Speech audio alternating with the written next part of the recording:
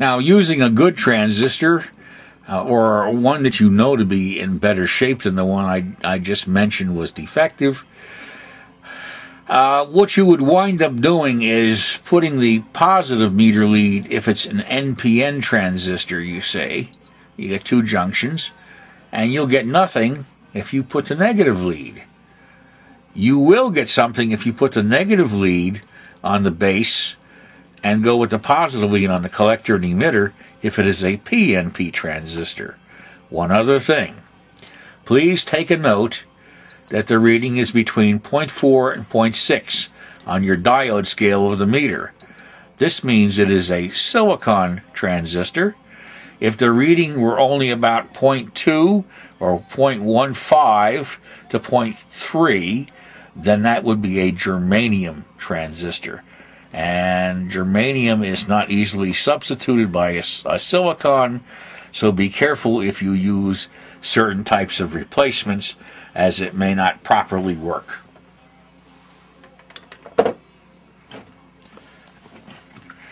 Alrighty, we've got the original board here, and let's see now. We're going to see, it's ECB, so this is going to be E, and we're going to locate C behind here, base in here, so that's C in that hole. I don't know if you can see this as I'm attempting to put this in. I put the base lead in on the top here, that's closest to here, and the C lead is in that corner on the left, and then we've got it done like this, and we take the transistor and give it a slight twist. You'll see none of the leads are touching each other, but it's not facing quite the same way as the original. But it will fit, and it will run. I'm going to sit there and bend the collector lead like this, and bend the base lead forward like that. That's the emitter lead. I'm going to put the collector there, the emitter there, and the base there. Then I'm going to give the transistor a slight twist. And that is going to place it into the hole in the correct orientation. Remember, the original transistor was a little bit different from what we've got. We're again going to sit there and solder the transistors in. I've sort of bent the leads over a little bit so that they wouldn't come out.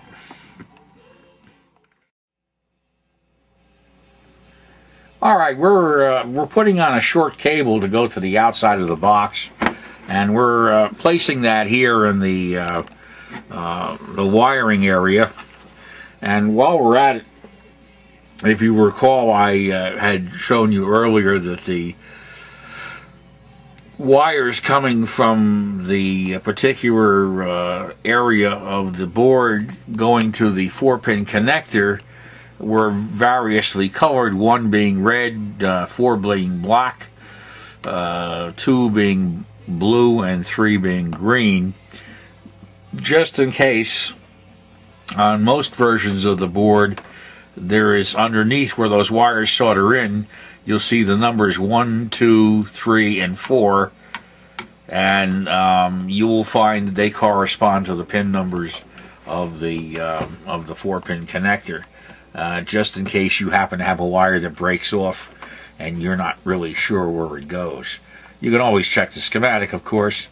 We're sitting there putting on the center conductor, and we've enlarged the hole slightly on this particular one in order to slip in the shield. There we go.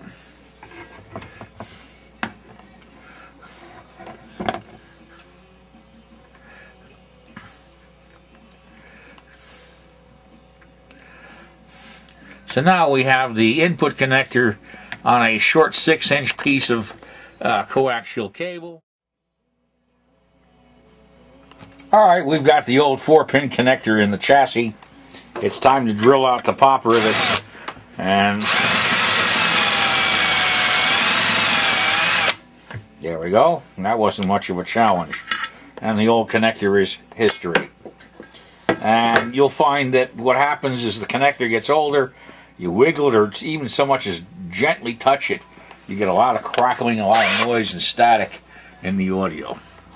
So that's not something you want to do. The next thing we're going to do is take the board, place it back in, and we're going to pop rivet in the new connector. And once it's done that, we'll feed the wire for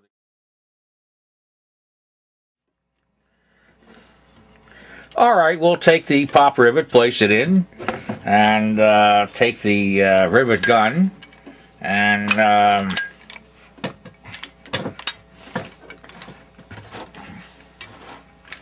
we go. There we go, and it's in. And the wire is placed through the old grommet, and the board is up against the guide. I don't know if you can see this under the light. And we're going to place the potentiometers back in their respective holes. There we go. And to replace a C-clip, what you've got to do is place it like that, and then snap it in with a pair of long nose. Now, if you have nuts on yours, simply use a 1/2 inch nut driver.